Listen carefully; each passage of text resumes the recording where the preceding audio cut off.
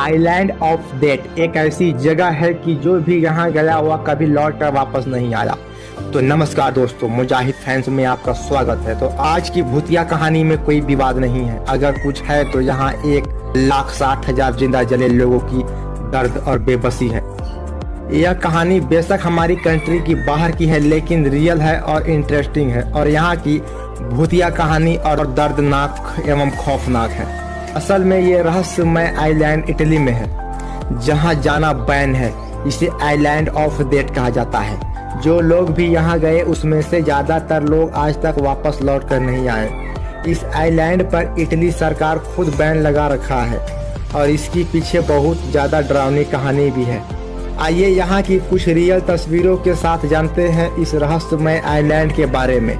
मगर एक बात कहना चाहूँगा कि अगर ऑलरेडी आप इस जगह से वाकिफ है तो कमेंट में अपनी एक राय जरूर दें, या किसी और जगह के बारे में जानना चाहते हैं तो वो भी कमेंट में बता सकते हैं।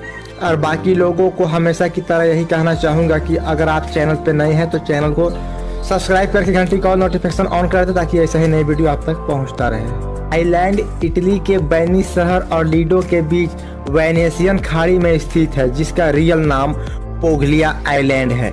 और यहाँ की हादसों की वजह से इसे आइलैंड ऑफ डेथ बुलाया जाने लगा। मगर आपकी जानकारी के लिए बता दूं कि किसी जमाने में यह खूबसूरत आइलैंड लोगों को घूमने फिरने के पसंदीदा टूरिस्ट स्पॉट हुआ करता था, जिसे एक छोटी सी नहर में विभाजित करके इसे और भी खूबसूरत बना देती है।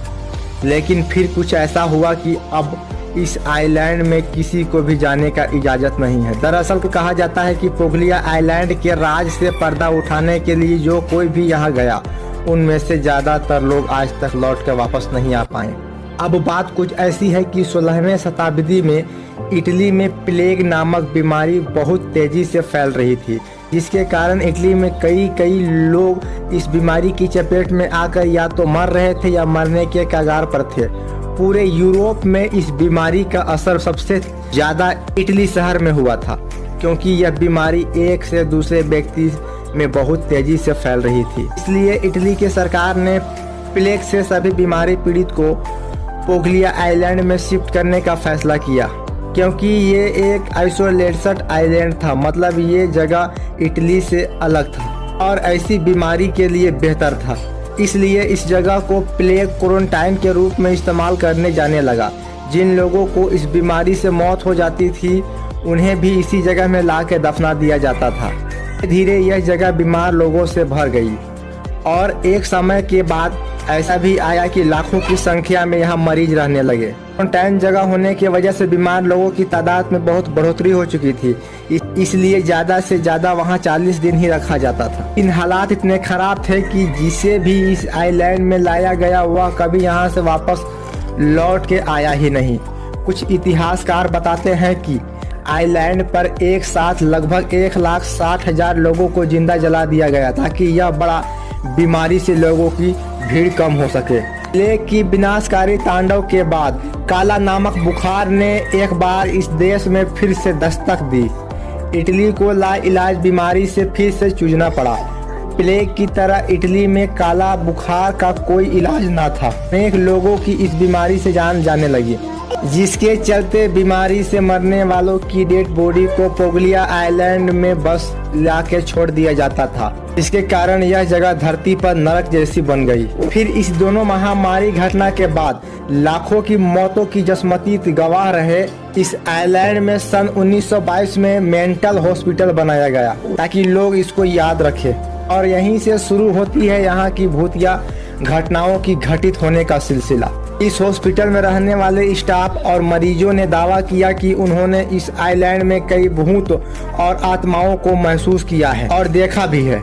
आइलैंड परानोन दृष्टिकोण से इतना खतरनाक बताया जाने लगा कि यहाँ के लोग दावा करने लगे कि रात के समय इस आइलैंड में जिंदा और मुर्दा लोगों में फर्क कर पाना बहुत मुश्किल हो गया था। यहाँ रहने वाले डॉक्टर ने बताया कि यहाँ रात के समय डरावनी आवाज़ों का आना एक आम बात बन गई थी। और तो और यहाँ भटक रही आत्माओं बीमार मरीजों को अपने चपेट में ले लेती है। डॉक्टर का कहना था कि उनके लिए यह समझ पाना मुश्किल हो गया था कि कोई व्यक्ति दिमागी रोग से बीमार है या फिर उसके अंदर भूत प्रेत की आत्मा घुस गया है। इसी बीच में कई डॉक्टर का भी रहस्यमय तरीके से मौत हो गई है, इसलिए इस मेंटल हॉस्पिटल को जल्द ही बंद कर दिया गया। फिर कई लोग इस रहस्यमय को पता लगाने के लिए जाने लगे, लेकिन जो कोई भी यह आइलैंड पर गया उनमें से ज्यादातर लोग कभी लौट कर वापस आए ही नहीं। लेकिन जो चंद लोग वापस आए उन्होंने बस यही कहा कि ये आइलैंड हमारी दुनिया में जीता जागता नर्क है। यहाँ कोई इंसान जाता तो अपनी मर्जी से है, लेकिन उसका वापस लौटना उन आत्माओं के रहमो करम पर निर्भर करता है जो इस आइलैंड पर राज कर रहे हैं। 18 एकड़ के इस आइलैंड को भूतहा जगहों के लिस्ट में तीसरा नंबर पर रखा गया है, जबकि विश्व का इसे नंबर 1 हॉन्टेड आइलैंड कहा जाता है। वहीं यूरोप में हॉन्टेड प्लेस मतलब भूतिया जगह के लिस्ट में नंबर 1 पर रखा गया है। और इसी रहस्यमय कारणों के चलते इटली के सरकार ने इस आइलैंड को पब्लिक के लिए पूरी तरह से बैन कर दिया। किसी को भी यहाँ जाने का इजाजत नहीं दिया जाता, कोई यहाँ जाने का हिम्मत भी नहीं करता। इस आइलैंड पर जाना तो दूर, इटली के मछुआरे इस आइलैंड के आसपास फिशिंग तक नहीं करते, क्योंकि मछुआरों को यहाँ मछलियाँ पकड़ने की जालों में इंसानों की हड्डी कई बार मिली है। साल 2015 में इसे फिर से एक बार डेवलप करने की कोशिश की गई, लेकिन यह हो नहीं पाया, क्योंकि कुछ ऐसा रहस्यमय घटित हो जाता था कि लोग यहाँ ज्यादा दिन टिक ही नहीं पाते थे। तब से यहाँ सिर्फ वही लोग जाते हैं जिन्हें सोशल मीडिया के लिए कुछ फोटेज या वीडियो लेने होते हैं। लेकिन सबका कहना यही है कि यहाँ जरूर कुछ न कुछ है, क्योंकि यहाँ कदम रखते ही आपको अजीबोगरीब एहसास होने लगता है। थोड़ी और जानकारी के लिए बता दें कि दूसरी आइलैंड की तरह पब्लिक के लिए घूमने फिरने के लिए अगर बात की जाए तो ये आइलैंड पूरी तरह से बैन कर दी गई है। तो दोस्तों, ये थी इस जगह की रियलमय कहानी, जो कि सच्ची घटना से आधारित है। वीडियो अच्छा लगे तो लाइक, कमेंट और शेयर करें। जो भी चैनल पे नए हो चैनल को सब्सक्राइब करके घंटी का नोटिफिकेशन ऑन कर दे, ताकि ऐसे नए वीडियो आपके पास जाता रहे। तो चलिए दोस्तों, तब तक के लिए जय हिंद।